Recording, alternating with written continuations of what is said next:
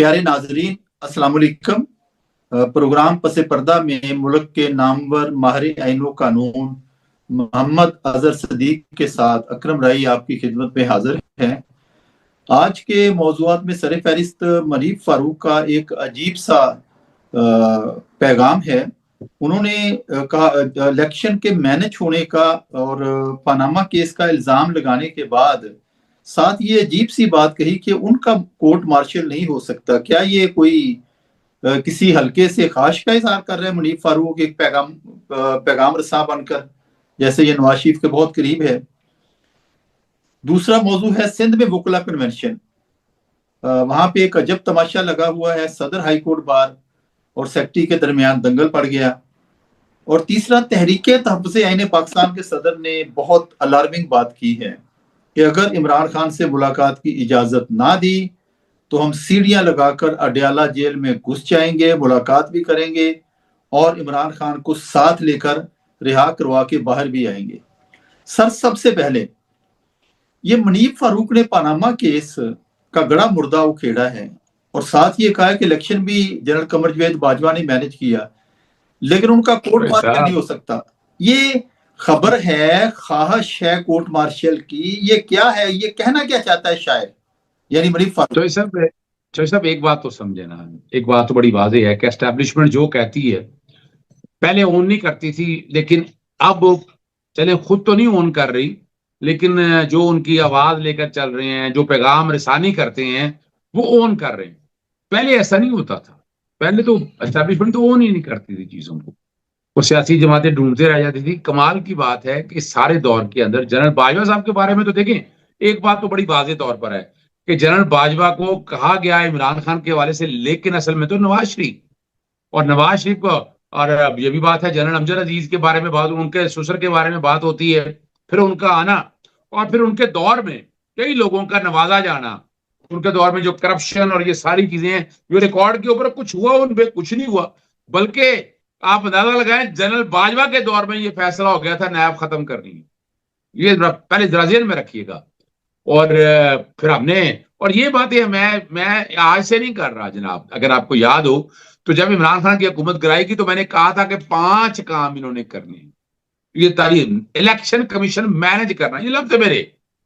Number 1। Number 2, नैब को इदारे को खत्म करना, ईसीएल पीसीएल में से लोगों को जितना भी है इनको निकालना है, ठीक है ना। चौथा, ट्रांसफर पोस्टिंग अपनी मर्जी की करनी, ये मैंने वो बातें कही हैं उस वक्त। और अगली बात थी कि हार्ड स्टैंड लेना। अब यहां पनामा का केस मैनेज हुआ है, हर एक को पता है, नजर आ रहा है कि किस तरह से क्या हुआ। नवाज शरीफ को सजा थी, आज भी आप अंदाजा लगा लें, आप जिस तरह मर्जी के, नैब के अदालतों से सजा हुई और इश्तिहारी थे। इश्तिहारी का कैसे आपने एक्सेप्ट कर लिया? इश्तिहारी का अगर वो मुख्तार खास भी था या वट एवर इट इज, तो एक्सेप्ट नहीं होना चाहिए था, और वो एक्सेप्ट हुआ। उनके आगे बायोमेट्रिक हुए और बायोमेट्रिक होने के बाद वो नैब ने आगे बयान भी दिया। देखिए, नैब ने बयान दिया, किसने बयान दिया? नैब ने। ये हकीकत है, ये रिकॉर्ड की बातें हैं सारी। तो पनामा के केस चले, वो तो हर एक को पता था, नजर आ रहा था। आज अपना उसकी मान भी ली गई, बात भी बड़ी बात आ गई। फिर इलेक्शन मैनेज होने के बारे में आपके सामने मौजूद है। वो उस वक्त फील्ड मार्शल या जनरल आसिम मुनीर साहब तो नहीं थे उस वक्त तो जनरल बाजवा साहब के हवाले से बातें बड़ी वाज़ेह तौर पर आ रही थी सामने, एक एक चीज आप लोगों ने देखी वो सारी, ठीक है ना जी। और सुलझानी है कि ये कहानी बयान करने का मकसद सिर्फ एक तारीख का एक बयानिया है, या ये जनरल कमर जावेद बाजवा की का बाजू मरोड़ कर कोई उनसे बयान लेने की तैयारी है फैज हमीद के तराजर में और इमरान खान के तराजर में?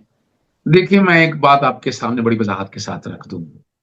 आप देखे ना जी, यहाँ और अगर फर्ज करें जनरल फैज हमीद के बारे में बात आप बनते हैं जनरल बाजवा, तो कल उन पर भी छींटे पड़ेंगे। और इस तरह की कोई प्रेसिडेंट सेट नहीं करना चाहते, मैं आपको पहले बता दूं। मैं नहीं समझता कि इस तरह की कोई प्रेसिडेंट सेट करेंगे कि chief of the army staff या कोई और जो है कटहरे में खड़ा हो। ये याद रखिएगा, बाजी में देख लें, यानी जनरल परवेज मुशर्रफ को बचाने वालों में चले, मैं कोर्ट में लेके आया, मामला सारे ले गया, सजा भी होगी, लेकिन उसके बाद वो सजा बरकरार नहीं रही। ये याद रखना है आपने, ये समझना है इस बात को सामने रखते हुए। तो ये ट्रायल भी कंप्लीट हो चुका है जनरल फैज हमीद का, अब तो सिर्फ सुनानी है ना, सजा ही सुनानी है ना, सजा ही सुनानी है ना। और खबर का मकसद क्या है? यानी मुनीफ अच्छा, फजल दो के मकसद जरिए बता किसको पैगाम दो, दिया गया है? दो मकसद बता रहा हूं मैं। एक तो ये पॉसिबिलिटी है, मैं तो पहले से कहता हूं कि जनरल फैज हमीद को सजा नहीं होनी, अगर होगी तो सजा सस्टेन नहीं रहेगी। एक बार बड़ी वजाहत के साथ बता दो, इससे आप ये समझ जाएं इस बात को। वाइकेरियस लायबिलिटी का प्रिंसिपल निकालें या 109 का बैडमिंटन को सामने रख लें, तो ये एक चीज तो जेहन में रख लें, अगर होगी तो सस्टेन नहीं करेगी, सस्टेन नहीं करेगी, वरना होगी नहीं। अगर होगी तो फिर जनरल बाजवा को भी इस सारे मामले में आना पड़ेगा, और जनरल बाजवा को कैसे निकालना है वो अब ये बैठ के सोचना पड़ेगा। और जो मैं बातें हमेशा शुरू से कहता हूं, मैं जनरल अगर फैज हमीद को सजा सर होती नहीं देखता। फर्ज करें सर, ये ना ये जनरल फैज हमीद ने अपने ये ना मौकफ में ये स्टैंड लिया है और फर्म स्टैंड लिया है कि मैंने जो कुछ भी किया army chief general Qamar Javed Bajwa के कहने पर किया, और फिर इस स्टोरी को बनाए जो बड़ी फारूक वाली है, फिर क्या बनता है इसका बरकत नाजर? तो ऐसा मैं फिर भी बता रहा हूँ, मैं मुझे पता है, मैंने तो आपके सामने वाज़ेह कह दिया कि मैं तो जनरल कमर जावेद साहब को सजा होते नहीं देख रहा। Remember it. मैं साथ साथ ये भी कह रहा हूँ कि फैज हमीद को भी सजा नहीं होनी है। ये तो देखे ना, ये आपका ये नवंबर में कुछ नहीं होना। नो, रिमेंबर इट, नवंबर में कोई चीज सामने नहीं आनी। दिसंबर के बाद आपकी शक्ल बदल चुकी है, आइन बदल चुका है, सारी चीजें बदल चुकी है, किसको क्या याद रहना? क्या फर्ज करें वो कूड़े करकट में पड़ा भी रहे, वो वाला जनरल फैज हमीद वाला मामला तो पड़ा रहेगा वो, ठीक है ना जी। चले फर्ज करें आप आया, दबाव आया दिखाने के लिए, अगर सजा भी होगी तो वो सजा अगर होनी है तो अपील का राइट दिया हुआ हाईकोर्टों के सामने, वो भी लेजिस्लेशन नहीं की उन्होंने, यानी अब तो ये आईनी बेंच ने दिया है ना, आईनी बेंच ने करार दिया। अब कोई आगे, अब ये अगला बेंच जाके, यानी यही बेंच जो है ना जिस तरह पैसा ही फैसला ही ना बदल रहे, समझने के नहीं, जो इस वक्त आईनी अदालतें हैं वो फैसला पता नहीं किस कैपेसिटी में बदलेंगे या किस तरह करेंगे, लेकिन एक बात तो बड़ी वाज़ेह है ना कि वो चीजें सारी सामने हैं।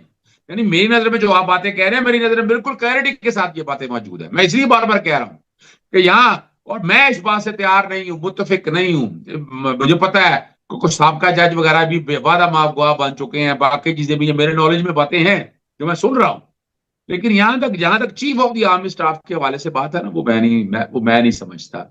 मैं याद रखिएगा, मैं कोई एसेट बचाने की बात नहीं कर रहा, ना कोई ऐसी बात कर रहा हूं, लेकिन मैं फिर खत्म करते हुए, मैं जनरल फैज हमीद को सजा होते नहीं देख रहा। सजा होगी तो बहुत कमजोर सजा होगी, वो अपील की स्टेज पे खत्म हो जाएगी। अबैटमेंट में जनरल बाजवा साहब को मैं आते नहीं देख रहा, ठीक है ना जी, जनरल बाजवा साहब को बिल्कुल नहीं देख रहा, लेकिन जो बातें सारी है ना वो सारी, लेकिन इस तरह का फैसला बड़ा क्या क्या बातें करता रहा, आपके सामने मौजूद है, एक एक चीज बातें उससे सारी की। लेकिन यहाँ यहाँ जो बात है ना, यहाँ आगे कोई DGISPR ने या कोई एस्टैब्लिशमेंट के फ्रंट मैन में, यानी फ्रंट लाइनर ने तो आगे ना एडमिट की ना, ये बातें आपको बताई जा रही है, आपको बराबर कराई जा रही है, पूरी कौम को बताई जा रही है कि नहीं भी ताकतवर कौन है और वो कौन सारे घंटिया कौन ला रहा है, बाकी कौन देख रहा है। आप इस बात को इस कॉन्टेक्स्ट में लीजिए, इस कॉन्टेक्स्ट में ये बातें की गई हैं सर। ये अगले मौजू की तरफ चलते हैं। सिंध में ये ना वोकला अच्छा कन्वेंशन एक बात जरा देखे ना, मैं एक बात बताऊंगा आपको, सिंध वाले बात की तरफ आते हैं, आपको याद होगा, ठीक है ना जी, वो अपना राजा रिजवान मेरा ख्याल है। अच्छा चले, मैंने एक जो बात बड़ी जरूरी करनी है चौधरी साहब जी, वो तारीखी तौर पर बातें हैं कि राजा रिजवान को 9 साल तक अमेरिका के लिए जासूसी करते रहे और कहां कहां पहुंचे वो एक अलग बात है। सजाए मौत की सजा भी हुई, मगर सिस्टम तो नहीं बदल सका ना, जादू का सिस्टम बदल गया, ठीक है ना जी। और लेफ्टिनेंट जनरल जावेद इकबाल की बात भी होती है, उसको भी सजा सुनाई गई, मगर जो कुछ भी है वो रिकॉर्ड के ऊपर मौजूद है। और इसलिए मैं आज भी ये समझता हूँ, यानी मैंने, हो सकता है मेरी यादाश्त कमजोर हो या बाकी मामले हो, सिस्टम जो है ना कंट्रोल्ड सिस्टम है, कंट्रोल्ड सिस्टम है। और उस कंट्रोल सिस्टम में मैंने आपके सामने कहा था सितंबर होगा, नवंबर के बाद हालात बदलेंगे, नवंबर के बाद कुछ लोग खींचे तो जाएंगे, अब वो कौन खींचे जाएंगे उसका इंतजार करते रहिए जी। ये आपने नवंबर की बात फिर छेड़ दी, नवंबर दिसंबर की जो आप अप्रैल से कर रहे हैं। ये बात वजीर आला सरहद वजीर आला KP सुहेल अफरीदी ने, जो लाहौर इस्लामाबाद के जो एंकर्स हैं मुख्तलिफ प्रोग्राम्स के यूट्यूबर्स हैं, उनसे मुलाकात में उनसे सवाल किया गया कि इस्लामाबाद आएंगे, उन्होंने कहा जी आएंगे, कहते क्या उसी तरह फिर वापस चले जाएंगे, गोलियां चली जैसे अली बिन गंडापुर वापस चले गए थे? तो उन्होंने कहा कि नहीं, जब हम आएंगे तो आजादी या मौत, इसके सिवा कोई तीसरा रास्ता नहीं होगा। ये उन्होंने बहुत दो टोक अंदाज में पैगाम दिया। और इस बात को कोट करने वाले असदुल्ला खान हैं, उन्होंने अपने वीराग में इस बात को कोट किया। वो एक क्रेडिबल जर्नलिस्ट हैं, क्रेडिबल एंकर हैं, उनकी बात को कभी किसी ने आज तक जुटलाया नहीं है। क्या कहेंगे सर? ये तो आप जो पेशीनगोई करते रहे हैं, ये तो मामला उसी तरह बढ़ते नजर आ रहे हैं। तो सर मैंने तो आपके सामने देखे, मैं तो अप्रैल से बात कह रहा हूँ, अप्रैल से बात कह रहा हूँ। और अगर आप मुनासिब समझे इसके साथ वो जो अचकजई वाली बात है वो भी साथ इकट्ठी मिला वो दें, इसके साथ इंटरलिंक करती है, उन्होंने भी यही बात कह दी। देखिए मैं एक बड़े अरसे से एक बात कह रहा हूँ, मैं अडियाला जेल के बाहर किसी तरह के धरने मुजाहिरे का कायल नहीं हूँ। तो मेरे पास ये खबर बहुत पहले अपना कुछ जर्नलिस्ट साथी उन सब ने कहा था कि जिस दिन आप वहां की तरफ गए तो खुदा ना खास्ता, अल्लाह ना करे कोई बम धमाका हो गया या ऐसा हो गया कि आप गए बीच में कोई दहशतगर्द आ गए, कुछ जेलें तोड़ दी, तो ये बातें जो है ना, और उसमें अल्लाह ना करे किसी की गोली लग गई या किसी का ऐसा वाकया हो गया तो कल ऐसा हो गया वो सारा आपके गले पड़ जाना है। ठीक है ना जी। और मैं जरा ये मैं बड़े अरसे से बात कर रहा हूँ और मैं बार बार ये बात दोहराता भी रहता हूँ, मैं आपको बता दूं, मैं बार बार ये बात दोहराता भी रहता हूँ कि हमें इस पहले तो ये समझना है इस बात को कि अड्डियाला जेल नहीं, हमारे पास बाकी बड़ी जगह हैं, वहां बैठ के एहतजाज करना है करें। आप कोर्टों के अंदर है, आप भूख हड़ताल शुरू करें जनाब, आप मैं सजेशन आज नहीं देता हूँ, आप भूख हड़ताल शुरू करें और भूख हड़ताल मुसलसल रहनी चाहिए, पूरी दुनिया की नजरें होंगी आप पे, क्यों कर रहे हैं कि जनाब हमारे लीडर इमरान खान से मिलने दे रहे। ये लेकिन ये स्ट्रेटेजी आपको तय करनी पड़ेगी। मेरे से तो स्ट्रेटेजी दो बातें आपने मिक्सअप कर दी हैं। जो सुहेल अफरीदी ने बात की है वो पार्लियामेंट लॉजिक्स के सामने डी चौक वाली है। ये वाली जो बात है जेल वाली, ये कि अगर इमरान खान से मुलाकात की इजाजत ना दी तो महमूद अचकजई के एक तरफ खड़े हैं अलामा राजा नासिर अब्बास और दूसरी तरफ खड़े हैं राजा सलमान अकरम राजा और पीछे खड़े हैं मुस्तफा नवाज खोखर, और ये सब मिलकर बात कह रहे हैं। नहीं जैसा मैं बात और कर रहा हूँ, मैं अब आपको दोनों मिला रहा हूं आपके सामने, देखे ना जी। एक तो बैठ के आपने कोई भी फैसला ऐसा नहीं करना क्या आपने, मैं अपने तजर्बे से कह रहा हूं, अडियाला जेल ठीक है, फोकस करें, मिलने के लिए जाएं आए मुजाहरे, और उसके लिए अडियाला जेल नहीं है जी, उसके लिए कोई आपको ऐसा रास्ता नहीं करना। आप पार्लियामान के साथ आए, आप डी चौक में आए, जहां आपका दिल जाता है वहां आकर बैठकर आप मुजाहरा करें और बाकायदा उसको मैनेज करें। मैं उस तक जाने से पहले एक तजवीज दे रहा हूं, दोनों चीजों को मिला के, सुहेल अफरीदी साहब की बात को भी और उससे पहले भी, कि आप पहले ना देखें कुछ चीजें हमने की बाहर निकलने के हवाले से, अदालतों के कॉन्टेक्ट से हवाले से, एक मैं तजवीज और दे रहा हूं कि आपको एक बाकायदा आप भूख हड़ताली कैंप लगाने हैं, आप चाहे पूरे पाकिस्तान में लगाएं, जहां मर्जी लगाएं, सैकड़ों लोग वहां मौजूद हों और पूरी दुनिया में आप इसको प्रोपोगेट करें कि जनाब इसलिए लगा रहे हैं। एक तो तय करें ना इमरान खान साहब के मिलने के हवाले से। अब वो अगली बात की तरफ आता हूं, तो पहले तो जरा इसको करके मैं इसको मैं स्ट्रेटजी दे रहा हूं और उसमें मैं मुजाहरे, मैं किसी भी सीढ़ियां ला के चढ़ाने या उस पर प्रोसेस पे मैं नहीं यकीन करता। अगर आप इस तरह की गुफ्तगू करेंगे या बात करेंगे, कल फिर वही आएगा कि जनाब 9 मई हो गया, 26 नवंबर हो गया, इस तरह की बातें फिर आप सुनते रहेंगे। अब आए दूसरी बात की तरफ, और वो नवंबर के बाद मैंने आपको जो बात कही हुई ना दिसंबर, वो ये बड़ा इवेंट है, सुहेल अफरीदी का बड़ा इवेंट है।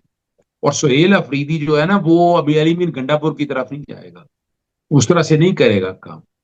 वो अगर आएंगे तो इस्लामाबाद आकर ठहरेंगे, पड़ाव लगाएंगे और आके जो भी अपना एहतजाज करना है उसके को मंतकी अंजाम की तरफ लेकर जाएंगे।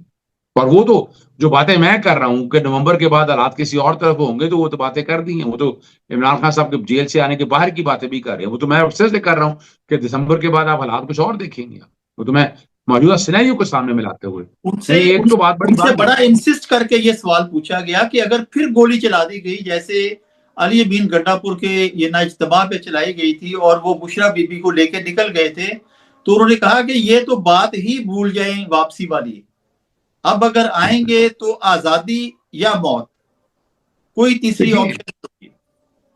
देखिए एक बात बड़ी वाज़ेह है, ये तो नजर आ रहा है, यानी मैं आज भी समझता हूं कि अब वो आपको उस तरह नहीं निपटेंगे जो समझी बैठे हैं ना कि जनाब उसी तरह गोली चलेगी, उसी तरह लाठी चार्ज होगा।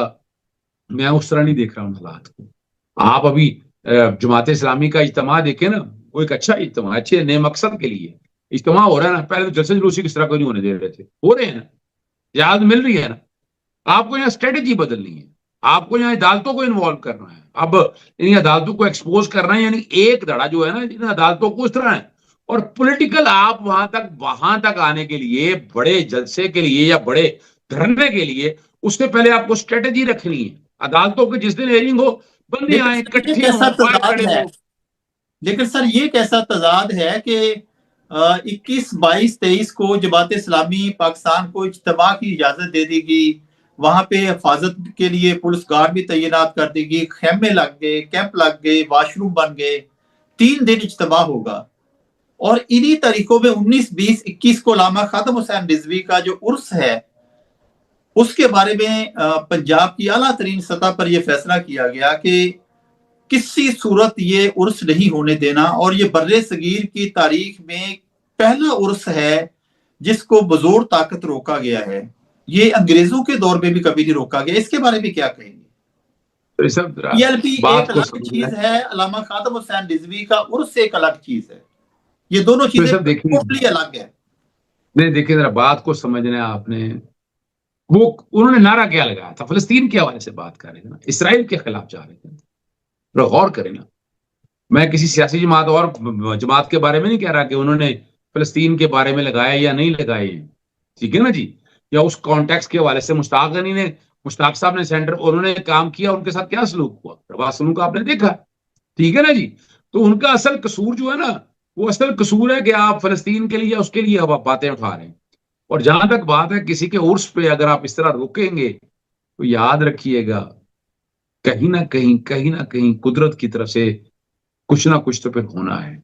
और ये शायद आप इस तरह से अब अहले सुन्नत वल जमात या बाकी मामलात को देख रहे हैं, तो मैं तो इसलिए बार बार कह रहा हूं कि मुस्लिम लीग नून के जाने का वक्त हुआ चाहता है। और मैंने आपको बता भी दिया था कि पीपल्स पार्टी से राजा परवेज अशरफ का, वजीर आजम का मैं नाम बता भी दिया था आपको कि आने वाले दिनों में आप देखेंगे कि अगला जो वजीर आजम के हवाले से वो बातें सारी आपके सामने आ रही है। लेकिन ये देखिए जो आप जो कर रहे हैं, अगर उर्स वगैरह रोक, ये सॉरी, उर्स वगैरह रोक रहे हैं, सारी बातें रोक रहे हैं, ये मुनासिब नहीं है। कोई नहीं आगे करेगा मुजाहरा, उस पे आए, शिरकत करें, उन्हें इजाजत दें।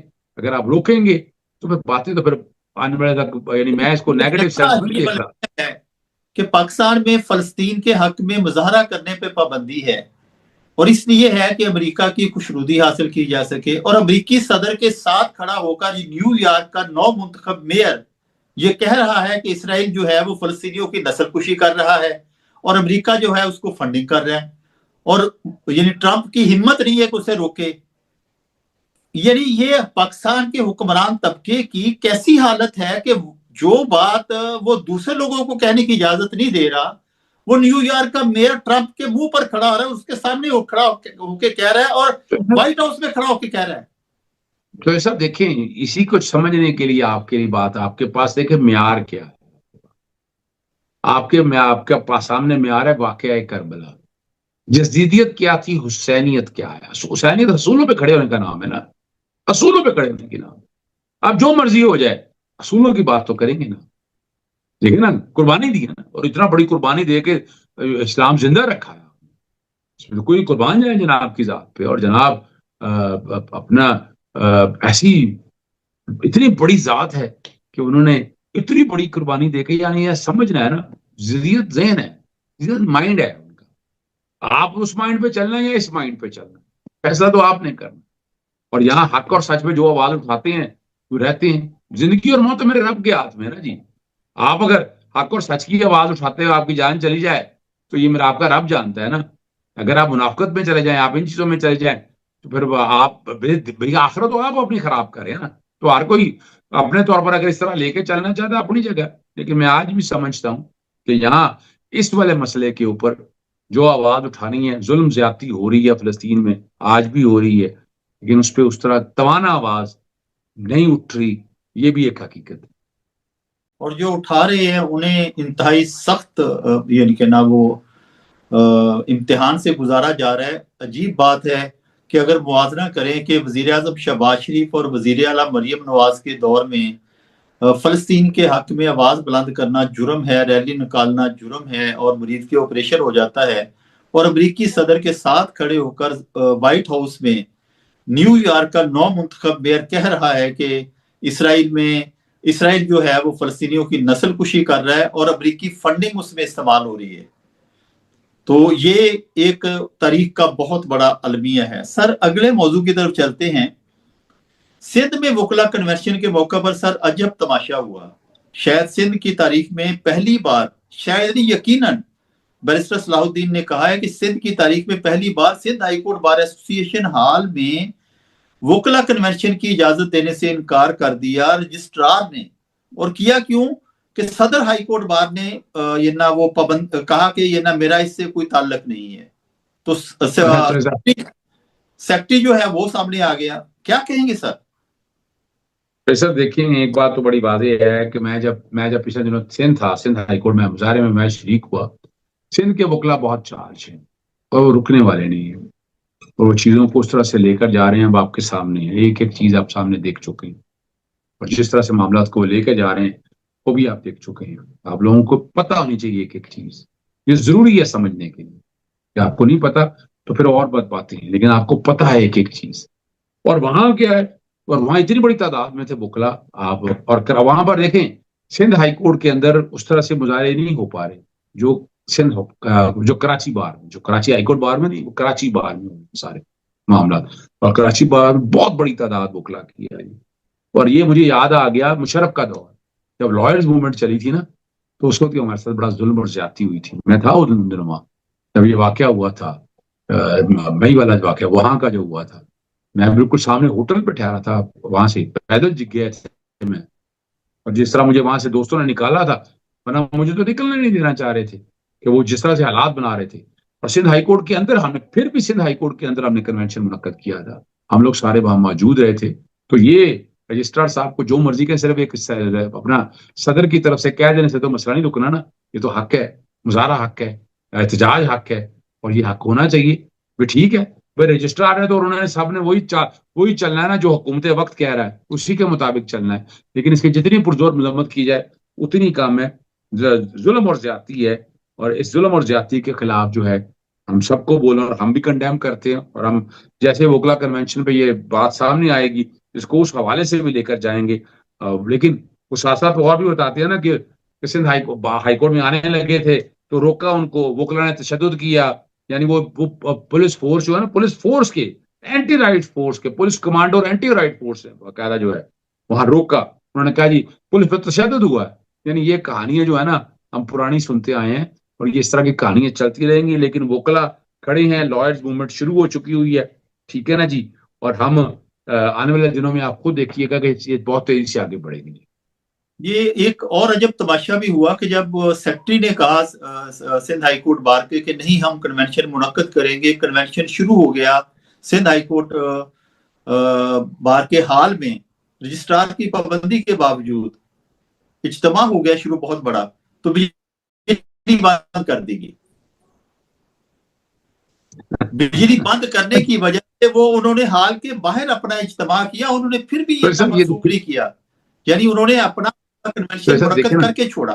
लेकिन जो इंतजामिया की हरकत है रजिस्ट्रार की, वो काबिल गौर। तो सब ये तो होना है, एक ज़हन में रखिएगा। जब आप एक निजाम के खिलाफ चल रहे हैं तो दिक्कतें परेशानी लॉयर्स मूवमेंट में हमने बड़ी बर्दाश्त की है, तो हमें तो तजर्बा है इस हवाले से। तो मैं नहीं समझता कि वोकला इससे पीछे हटेंगे, वोकला आगे आएंगे और इसको मंतकी अंजाम की तरफ लेकर जाएंगे। ये वोकला आगे आएंगे इन तमाम हरबों के बावजूद और इसको मंतकी अंजाम की तरफ लेके आएंगे। सर ये तहरीक इंसाफ के कारकुनान जो हैं, सुहेल अफरीदी के बयानात के बाद और ख़ास तौर पे इस्लामाबाद में जो मुख्तलिफ प्रोग्रामों के होस्ट हैं उनके साथ मुलाकात के बाद तहरीक इंसाफ के कारकुनान की पकड़ दकड़ फिर शुरू कर दी गई है। क्या उनकी क्या खतरे की घंटियां बज रही हैं इस्लामाबाद में सुहेल अफरीदी के बयानात से? अच्छा ये मैं बता दूं आपको, ये सारी जो है ना, ये सारी पंजाब हुकूमत कर रही है खुद अपने तय। इसमें पीछे मैं नहीं समझता कोई ऐसी कोई बात है।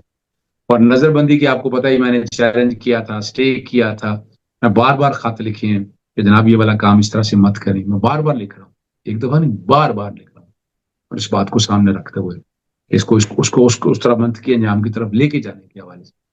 लेकिन नजरबंदी की ऑर्डर फिर वही है ना कानून चेंज किया। हाईकोर्ट से मैंने वापस इसलिए लिया था कि जाके कानून तक 3 बातें थी कि उसके मुताबिक तब्दील किया जाए। तो अल्टीमेटली लगता यही है कि दोबारा वायरस को चैलेंज करने के बाद फिर मुझे हाईकोर्ट आना पड़ना है, ताकि हम उसको उस कॉन्टेक्स्ट के हवाले से चीजों को आगे लेकर जाएं तो बात चले। लेकिन ये जुल्म और ज्यादती हो रही है, हमें पाकिस्तान तहरीक इंसाफ को भी इसको फ्रंट पे आकर खुद भी डिफेंड करना चाहिए, खुद भी आगे लेके जाना चाहिए। आवाज में खाली प्रेस कॉन्फ्रेंस से मसला नहीं चलेगा, इसके लिए आपको और रेमेडीज लेनी पड़ेंगी। सर ये पहले ही पाकिस्तान मुआशी गर्दाब में फंसा हुआ है, बवर में है, और यूरोपीय यूनियन जो है उनकी तरफ से बड़ा सख्त बयान भी आया 3-4 दिन पहले कि अगर इंसानी हकूक के हवाले से पाकिस्तान की सूरत हाल बेहतर ना हुई तो जीपीएस प्लस जो है स्टेटस वापस ले लिया जाएगा। सर ये तो बहुत खौफनाक यानी कि ना ये पैगाम है जो यूरोपीय यूनियन की तरफ से आया। देखें चौधरी साहब, एक बात तो बड़ी वाज़ेह तौर पर समझनी है हमें मैं कोई इनसे बैन अवी तंजीमों से अब कुछ ज्यादा मैं मुतमईन नहीं हूँ। इस दौर के अंदर जितना कुछ काम उठना चाहिए था वो नहीं उठा। ये जीपीएस प्लस भी सिर्फ डराने धमकाने के लिए है, हमें दिल में तसल्ली देने के लिए कि हम शायद बेहतर की तरफ चले गए हैं, कुछ चीजें बेहतर हो गई हैं, लेकिन उसका असर पिछले 3.5 साल में मैंने तो कुछ नहीं देखा। यूएन की रिपोर्ट आई आर्बिट डिटेंशन के ऊपर, पार्लियामान ने ये सारा कुछ कहा, तब कुछ नहीं हो सका। और वो इवन यूएनओ के जो ह्यूमन राइट्स के इदारे हैं वो सब खामोश बैठे रहे, एक एक चीज हम देखते रहे, या तो हमारी आंखों के सामने नहीं हुई है। तो मैं तो इससे कोई नहीं, हुकूमत शायद वो भी बड़ी मुतमईन है, अच्छा उनको क्या फर्क पड़ता है, होता रहे, उन्हें क्या फर्क पड़ा है। यानी ये पिछले 3.5 साल में जो मईशत की तबाही और बर्बादी हुई है, कोई फर्क पड़ा किसी को? किसी ने इस्तीफा दिया? किसी ने अगर ये कहा कि जनाब ये सारा कुछ है ये हमारी वजह से हो रहा है, कोई एक बता दें आप, तो इन चीजों से आप परेशान हुआ करें। ये आईएमएफ की रिपोर्ट से जितना डैमेज हुई है हुकूमत और SIFC, तो ये वाला जख्म कैसे भरेगा? इसने तो सबको कटहरे में ला खड़ा किया है और इनको तरदीद की जरूरत भी नहीं हो रही है। बाकी चीजों की तो ये तरदीद कर देते हैं, आईएमएफ की रिपोर्ट की तरदीद की जरूरत भी नहीं की किसी ने। वो कर नहीं सकते ना, वो तो रिपोर्ट रिकॉर्ड रखी थी, वो तो कर नहीं सकते क्योंकि हकायक है और हकायक को सामने रखते। आईएमएफ ने भी सिर्फ बताने के लिए किया, रिपोर्ट आईएमएफ ने और क्या करना है इसके ऊपर, और आईएमएफ ने करना भी किया कोई नहीं, सिर्फ तो बताने के हवाले से वो आप देखते रहे, वो आहिस्ता आहिस्ता कुछ दिन डिस्कस होगी, बाद में मट्टी पड़ जाएगी। या तो है ना, इन रिपोर्ट्स को आप देखें ना, यहाँ देखें, यहाँ पॉलिटिकल स्ट्रेटेजी कैसे गलत है। ये रिपोर्ट आई है ना, ये रिपोर्ट उठा के लेके जाना पार्लियामान के अंदर, पार्लियामान में डिबेट कराएं, सुबह ये असेंबली में डिबेट कराएं इसके ऊपर, आप चाहते हैं ना। तो ये स्ट्रेटेजी तो इन्होंने तय करनी है ना, पाकिस्तान तहरीक इंसाफ वालों ने, कि आप उसको उस तरह से लेकर जाए, उन चीजों को उस तरह सेटल डाउन करें। हम उस तरह तो कर नहीं रहे चीजों को। कुछ ऐसा तो नहीं आपकी बातों से मुझे ये ना कुछ गुमान हो रहा है कि आईएमएफ की रिपोर्ट को सामने लाकर कोई ऐसा बहुत बड़ा मुतालबा मनवाने की कोशिश हो रही है कि जो हुकूमत पाकिस्तान अभी हेजिटेट कर रही है, तो इनको थोड़ी सी झलक दिखाई गई है। मैं स्पूर बात कर रहा हूँ, वो आप भी समझ रहे हैं। मैं बता देता हूँ, छोड़ें, मैं बता देता हूँ, वो तो हम बड़े अरसे से कह रहे हैं, मैं आपको कहा था अब्राहिम अकॉर्ड के बाद वो चीजें आनी ही आनी है।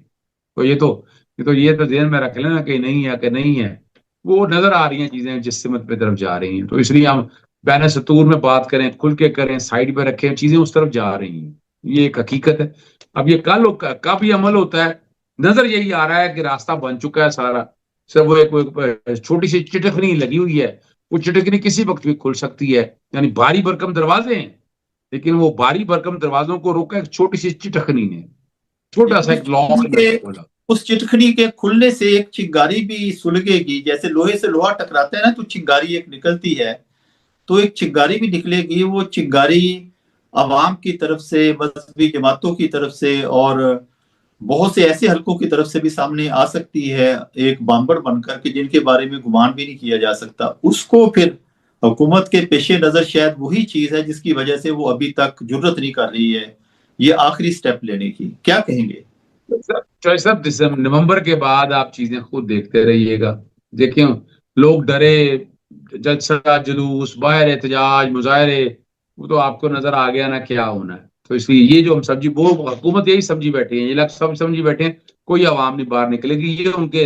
अब ये देखना वजह ये है कि हम अपनी मजहबी जमातों को कई मामला में इतना तेजी से आगे देखते थे, अब कहाँ है वो सारा तहरीक, अपना पाकिस्तान अवामी तहरीक के बाद मनाजुल कुरान के साथ जो जुल्म ज्यादती हुई है, उसके बाद तो वो बैठ के फिर तहरीक लब्बैक पाकिस्तान के साथ जो कुछ हो गया, यानी असूली तौर के ऊपर तो बज़ाहिर आप निकलना भी चाहें तो वो मुझे नहीं नजर आता, लेकिन चले अगर कौम जाग गई, कौम मुजाहरों पे आ गई, अगर निकल आई तो फिर आप रिजल्ट अपनी मर्जी के होंगे आप। जी। और आखिरी ये ना इस ये ना कमेंट देते जाएं कि हमने कायद आजम की तस्वीरें यौम आज़ादी के इश्तिहारात से गायब कर दी और IMF ने कायद आजम का कॉल दर्ज कर दिया कि करप्शन एक जहर है और इसको आहनी हाथों से जो है यानी कि ना कुचल देना चाहिए, खत्म कर देना चाहिए। तो खत्म ये हो गई है। ये छेड़ा है IMF ने हुकूमत पाकिस्तान को, जो जिन्होंने इस सरकारी इश्तिहारात से कायद आजम को गायब किया। जो सब ये बताएं कि करप्शन IMF कहती रहे, यहाँ तो कानून ही खत्म कर, IMF को ये नजर नहीं आता कि यहाँ पाकिस्तान में तो करप्शन के हवाले से बताएं अकाउंटेबिलिटी का कौन सा इदारा है, यहाँ पॉलिटिकल इंजीनियरिंग हो रही है।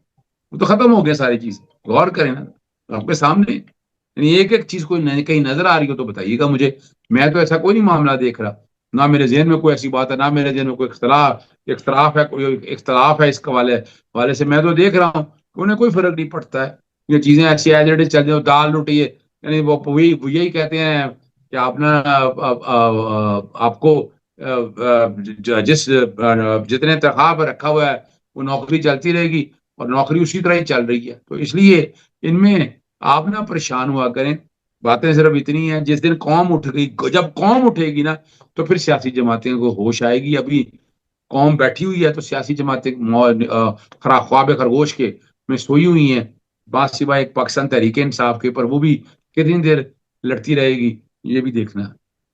आप की बात को अगर कंक्लूड करते हुए आखिरी आपके रिमार्क्स सुनूं तो मुझे यूं गुमान होता है कि ये अब कायदे आजम का पाकिस्तान नहीं है, ये शहबाज शरीफ, आसिफ अली जरदारी, मरियम नवाज, बिलावल भुट्टो और फील्ड मार्शल का पाकिस्तान है। क्या कहेंगे? देखिए चौधरी साहब, हजरत कायद आजम और हजरत इल्लामा इकबाल के दिन हमें याद है बचपन में कैसे मनाया करते थे, हमें याद है आज भी। हम अपनी किताबों में अकवाल ज़री पढ़ा करते थे हजरत इल्लामा इकबाल के, हजरत कायद आजम के हवाले से एक एक चीज हमें याद रखा करते थे क्या क्या होना है। अब कहाँ है? अब तो तस्वीरें नजर नहीं आती, अश्तारों पे तस्वीरें। किसी ने पूछा, किसी ने किसी हाईकोर्ट ने या सुप्रीम कोर्ट ने कोई नोटिस दिया, सारा कुछ रिकॉर्ड के ऊपर है, लेकिन डिपेंड करता है कि हम क्या करते हैं। क्या अगला स्टेप ये हो सकता है कि हाई कोर्ट में और सुप्रीम कोर्ट में और सारी बाकी दीगर अदालतों में और सरकारी दफातर में जो कायदे आजम की तस्वीर है किसी दिन वो भी हटाने का हुक्म दे दिया जाए, जैसे यौम आज़ादी के इश्तिहार से हटाया गया? तो सर देखिए, अब तो वो बात रह नहीं गई ना। आप सिर्फ तस्वीर के पीछे समझ रहे हैं सारी बातों को, उनका बनाया हुआ निजाम मलिया मेड कर दिया है। तो उनकी तस्वीर तो एक सामने सी हैसियत है, रखती है। वो तो आप और हम समझते हैं कि कितनी बड़ी कितनी बड़ी तस्वीर है, कितने बड़े एडवांटेजेस है, वरना इनमें से किसी को इस बात की फिक्र नहीं है। ये सदर इस्लामाबाद हाई कोर्ट बार बड़े दुखी होकर कल उन्होंने प्रेस कॉन्फ्रेंस की, दाएं बाएं अपने दीगर साथियों को बैठाकर। क्यों तो दुखी? सब एक बात देखें, एक बात समझें आप इस बात को। देखें कुछ लोग हैं, कुछ नौकरी के लिए आते हैं, कुछ अरसे के लिए आते हैं, कुछ काम करने के लिए आते हैं, इससे ज्यादा कुछ नहीं कर सकते, ठीक है ना। तो वो जिन्होंने फैसला करना है, फैसला उन्होंने करना है ना। उन्होंने यहाँ नहीं रखनी हाईकोर्ट नहीं रखनी, उन्होंने, मेरे पास इतला यही है कि हाईकोर्ट नहीं यहाँ रहनी, ठीक है, नहीं रखनी हाईकोर्ट। उन्होंने कहाँ लेके जाए हाईकोर्ट? या पुरानी जगह लेके जानी है, वो पुरानी जगह जाएगी। आप करते रहें जो मर्जी बोलते रहें, उससे क्या फर्क पड़ता है आपको? कोई फर्क नहीं पड़ता आपको। और बाकी असल तो देखे ना, असल आईनी अदालत जो है वो सुप्रीम कोर्ट पे कब्जा करेगी, सुप्रीम कोर्ट की बिल्डिंग पे कब्जा करेगी। असल जो बात है वो आज करती है, कल करती है, या आजकल में कंप्रोमाइज हो जाता जाए, ये झगड़ा जाता जाता वहां तक चला जाता है, ठीक है ना जी। चीजें तो इन प्लेस आ गई हुई ना। अब वो सुप्रीम कोर्ट की चीज हैसियत की क्या हैसियत है? कोई हैसियत नहीं रह गई, कुछ नहीं हैसियत रहेगी। उसको दिल को खिलाने के लिए तरमीम पास करानी थी, पास हो गई है, आगे जब मर्जी वो देखिए ना। टिश्यू पेपर अपने जब गंदा हो जाता है या टिश्यू पेपर फट जाता है या पसीना साफ हो जाता है तो फिर क्या करते हैं? फेंक देते होते हैं ना चीजों को। तो ये इनसे कोई किसी की प्रेस कॉन्फ्रेंस या इससे वहां आप अंदाजा लगाए ना, डिस्ट्रिक्ट बार कैरियर ट्रांसफर कर दें, अंदाजा लगा, हाईकोर्ट बार कैरियर नहीं करना है, ठीक है ना। फैसला तो जिन्होंने करना है उन्होंने फैसला करना है। ये कौन सी बुरी दौर की बातें हैं जहां बारों की एक अहमियत होती है। वाजिद ने कहा कि हमने 26वीं तरमीम में तावन किया आपसे, हमने 27वीं तरमीम में तावन किया आपसे, आप हमारे साथ ये क्यों कर रहे हैं? नाजरीन, इसी कंक्लूडिंग रिमार्क्स के साथ कि वाजिद गिलानी अब इररेलेवेंट हो चुके हैं, इस्तेमाल हो चुके हैं, इस्तेमाल शुदा टिश्यू पेपर हैं, हमारे प्रोग्राम को हमारे चैनल को सब्सक्राइब कीजिए, लाइक कीजिए, शेयर कीजिए। इजाजत दीजिए। मोहम्मद अजहर सिद्दीक और अकरम राई को इंशाल्लाह कल नए मौज़ूआत के साथ आपकी खिदमत में दोबारा हाजिर होंगे। अल्लाह हाफिज।